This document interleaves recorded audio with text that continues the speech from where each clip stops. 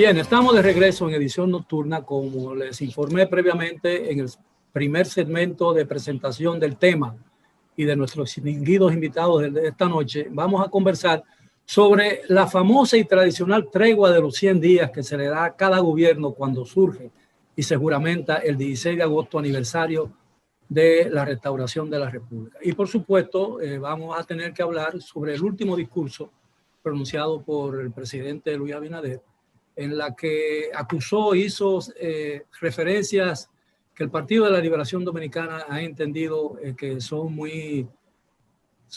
virtuales acusaciones de corrupción que los dirigentes del antiguo gobierno rechazan. Y la pregunta clave es, ¿realmente existen condiciones para que la tregua de 100 días concluya en los primeros 50 o no?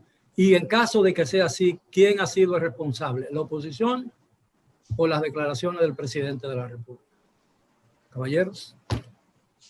No sé quién arranca. Quiero recordarles que en el segmento anterior hice mención de nuestros distinguidos invitados, el diputado Gustavo Sánchez, quien es el líder del bloque de diputados del Partido de la Liberación Dominicana, el distinguido periodista y escritor Nelson Rodríguez y el director del periódico semanario Primicias, el licenciado Alex Jiménez. Buenas noches, esperamos que en el segmento más tarde, más adelante en el programa, se incorpore al mismo el miembro del comité político del PLD, el licenciado Melanio Paredes. Adelante. Sí, yo voy a comenzar, Miguel, lo haré rápido porque hay mucha tela. Yo creo que si nos referimos a los 100 días, a la tregua de 100 días, esta se rompió a los 53, que fue la fecha de la locución del presidente Luis Abinader. Y lo digo así porque fue una pieza oratoria difícil de analizar, no necesariamente por lo que se dijo, sino porque habría que saber primero lo que pensaron, lo que lo concibieron y lo que redactaron ese discurso. No era un discurso para el momento, porque toda la expectativa estaba centrada en los tributos consignados en el proyecto de presupuesto.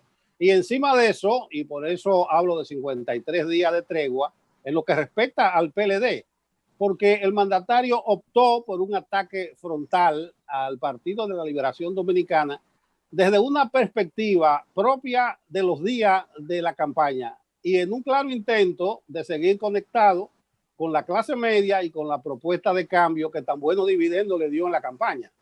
Ese ataque no estaba en correspondencia con la visita que había hecho a la dirección del PLD semanas atrás el presidente Abinader, lo que tampoco se corresponde con el periodo de tregua de los 100 días, que si bien se concibe que es una venia de la oposición al gobierno, los gobiernos siempre actúan consono con ese espíritu conciliador de la oposición. Por eso digo que en el caso del PLD se acabó a los 53 días y los resultados posteriores así lo indican. Lo que se vio fue a un presidente presionado por las circunstancias que apeló a lo que le ayudó a acceder al poder, la denuncia de corrupción a los que se fueron, lo que no venía al caso. Creo finalmente que ese desenfoque, de ese ataque frontal al PLD, le llevó a una errada interpretación de los tiempos de la comunicación política y de la comunicación estratégica.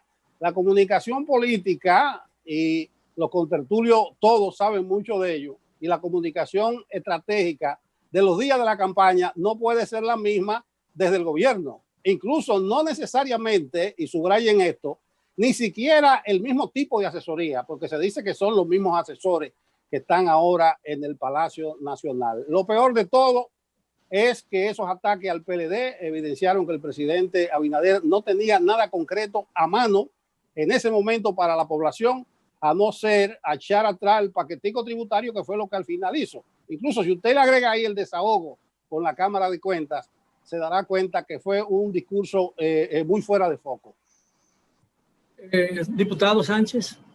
Totalmente de acuerdo con Nelson. Nosotros desde la Cámara de Diputados, el escenario predilecto para uno levantar la propuesta del PLD, y creo que también el campo de batalla de lo que tiene que ver con las actividades políticas, porque ahí estamos representados todo el arco iris más amplio de ideológico del país. Nosotros como bloque, específicamente la Cámara de Diputados, que es el escenario todavía mucho más expedito, por la cantidad de legisladores del PLD que tenemos y por la capacidad que nosotros tenemos para procurar el consenso y la legitimidad de las leyes.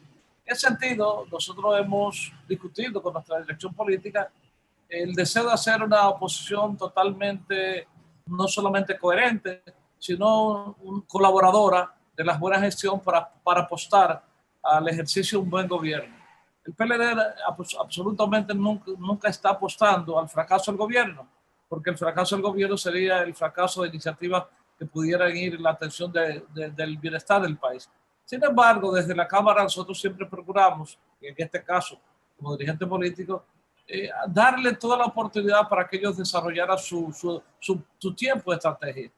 En ese sentido, nos llamó poderosamente la atención el hecho de que, a pesar de que nosotros hemos sido bastante generosos en lo que tiene que ver con nuestro discurso, tanto por el partido de un lado como por la Cámara de otro, apoyando iniciativas que pudieran nosotros haberla puesto un poco más complicada, un poco discursos todavía más aéreos. Sin embargo, dado el caso que el PRM ha tenido un idilio con el pueblo procuró un cambio, no quisimos torpedear sobre la base de un cuestionamiento razonable todas las iniciativas del gobierno. Sin embargo, ellos han apelado a la confrontación, lamentable porque nos pone en una situación un poquito delicada, en un momento que su partido propiamente comienza a ser amagos, no solamente resistencia por el nivel de diferencia que tiene con las designaciones que han hecho. Hay provincias y hay demarcaciones que han hecho ya demostraciones de falta de cohesión política y quizás el presidente Abinader buscando una respuesta no solamente a sus partidarios que desean ver sangre, desean ver gente sometida a la justicia sin expediente totalmente acabado, para satisfacer ese morbo, tanto interno como externo, de una clase media. Abinader optó por declarar la guerra antes de tiempo. En ese sentido, es un gran error, porque nosotros somos un partido cohesionado, independientemente de todo, preparado para el debate, preparado para la confrontación y bajo ninguna circunstancia apostando al fracaso. Que se entienda, que se oiga. Nosotros no apostamos al fracaso.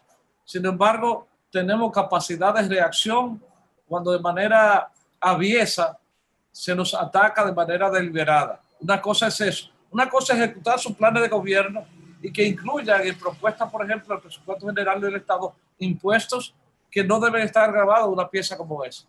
Y sin embargo, nosotros preparados para ese debate, que es el debate en el cual la clase media y la sociedad dominicana está esperando que nosotros defendamos. O sea, lo que tiene ese pueblo dominicano que independientemente no nos votó mayoritariamente es la oportunidad que tiene que alguien, ¿quién lo va a defender de medidas, por ejemplo, opiniosas?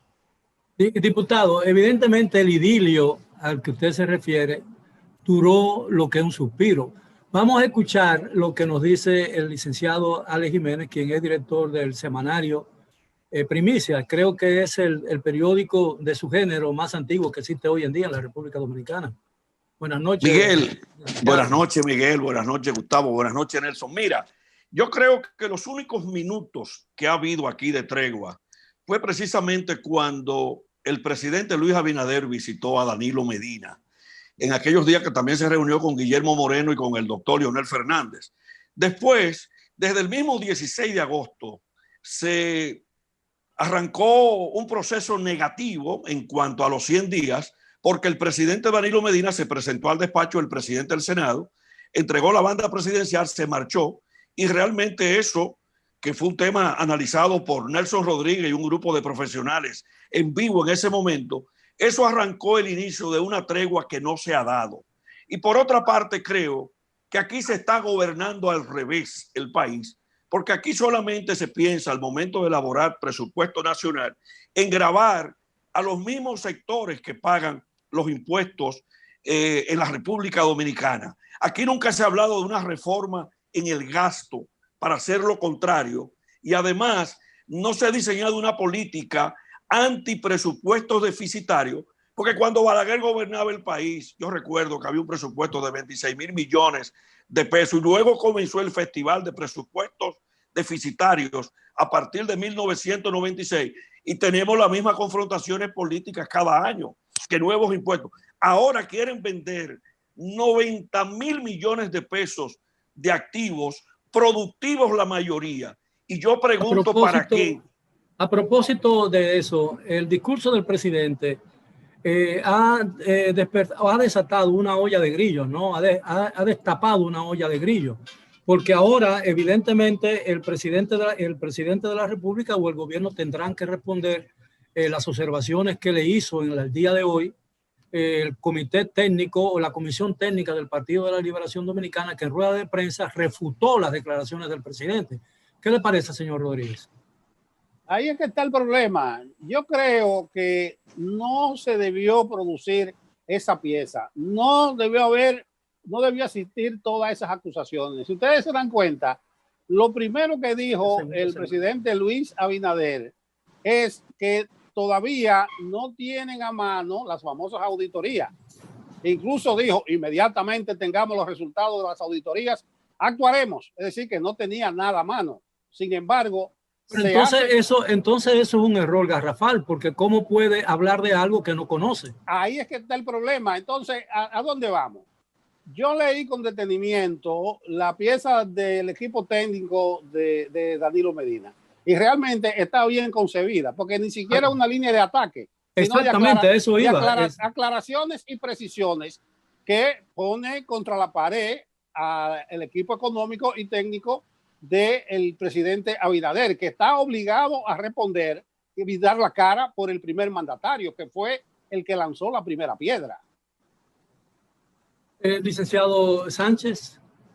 Definitivamente que la pieza de alocución que tuvo a bien disponer el presidente Abinader trae como consecuencia una serie de interrogantes que fueron planteadas necesariamente en la mañana de hoy por el equipo técnico del PLD.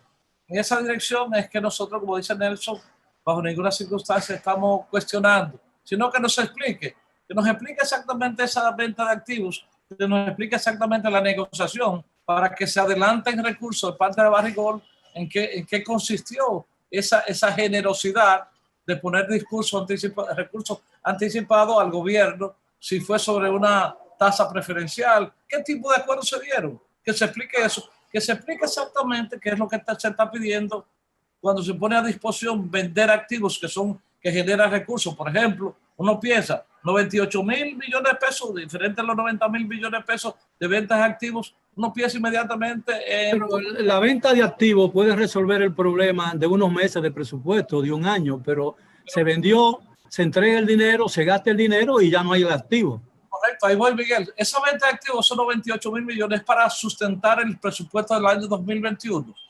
Perfecto, uno plantea. ¿Y el 22 qué va a pasar? Entonces, Punta Catalina, que está generando 200 millones de dólares de beneficio todos los años, uno entiende, es un bien de la sociedad ya.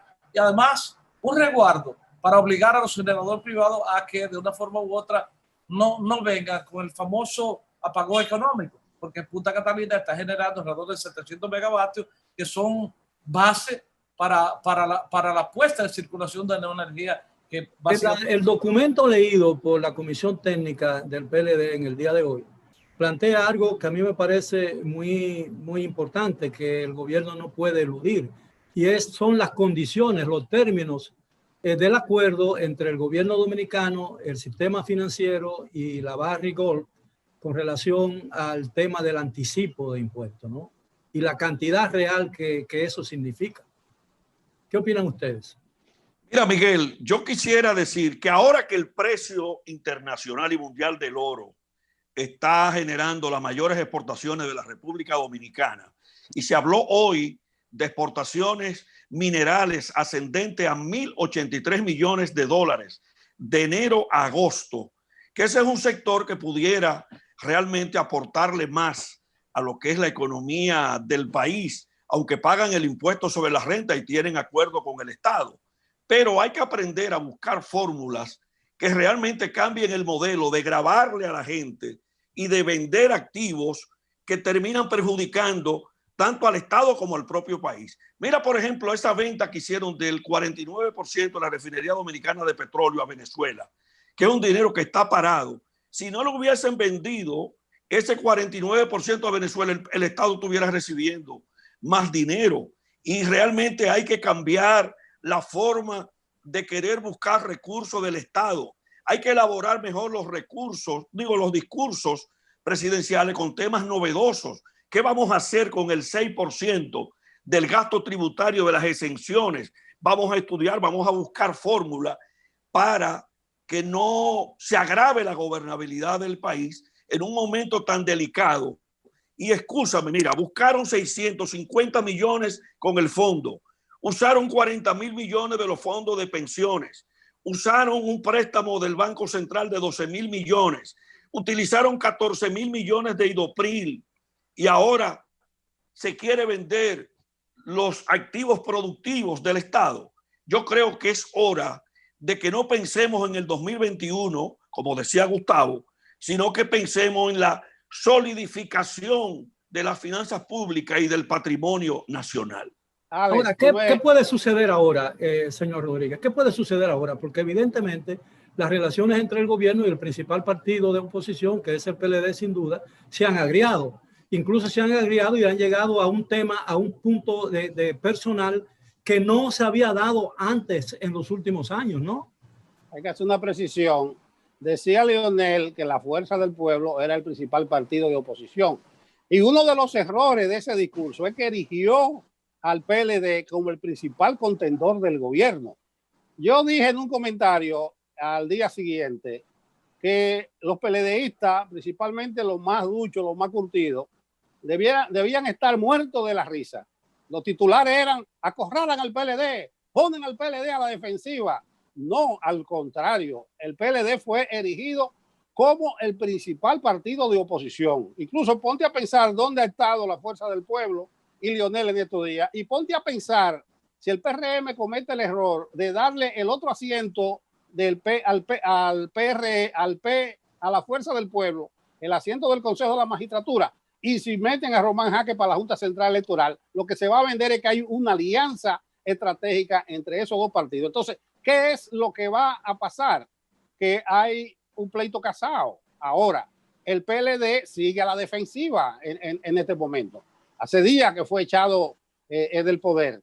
La popularidad a la vista del pueblo está por el suelo. Entonces tiene que proceder con cautela. Hay que esperar que pasen los famosos 100 días, de venia, y por eso me gustó cómo está estructurada la respuesta, que no es una respuesta confrontativa, es una respuesta, un simple diálogo. Aclárenos esto, explíquenos esto. O sea que el PLD, que no está en condiciones de pasar a la ofensiva, entiende perfectamente que lo han escogido como el principal partido de oposición. Y cuando hablo de dirigente viejo y curtido, me refiero a los que no tengan miedo de que lo interroguen, de lo que le llaman a la Procuraduría, a los que no tengan miedo incluso a coger cárcel, pero deben estar muertos risa los PLDistas, porque fíjate en qué lugar lo han colocado. Bien, nos quedan 2 minutos de este segmento y yo quería consumirlo con una pregunta. ¿Cómo queda parado el equipo económico del gobierno después de que el presidente de la República, en apenas una semana o pocos días de haber presentado ese proyecto de ley, que era de alguna manera una forma de introducir bajo como dicen, bajo la manta, ¿no? Una especie de pequeña reforma tributaria, porque eso era lo que era. ¿Cómo queda ese equipo económico que fue vendido al país como uno de los equipos más formidables en el campo económico? En el caso mío queda muy mal. Yo sostenía que debían estar presentes y dar ellos la explicación de lo que ocurrió. El propio presidente Abinader dijo: no, soy yo que tengo que dar la cara. Creo que es un error. Y lo lamentable es que ahí está el ministro de Economía, ahí está el director de presupuesto, que fueron gente que pontificaron y que se consagraron como verdaderos expertos. Y el hecho mismo de que se retiraran esos impuestos, el hecho mismo que se hiciera en un ambiente de autocrítica del presidente Abinader, evidencia que queda muy mal parado ese equipo económico, que incluye también al ministro de Hacienda también. 30 segundos para el diputado Sánchez, 30 para el licenciado Jiménez. Por favor, porque tengo que hacer la pausa, pero nos queda mucho tiempo todavía después de ella. Obviamente, Miguel, en el equipo económico del gobierno del PRM hay una gran confrontación de propuestas y de ideas.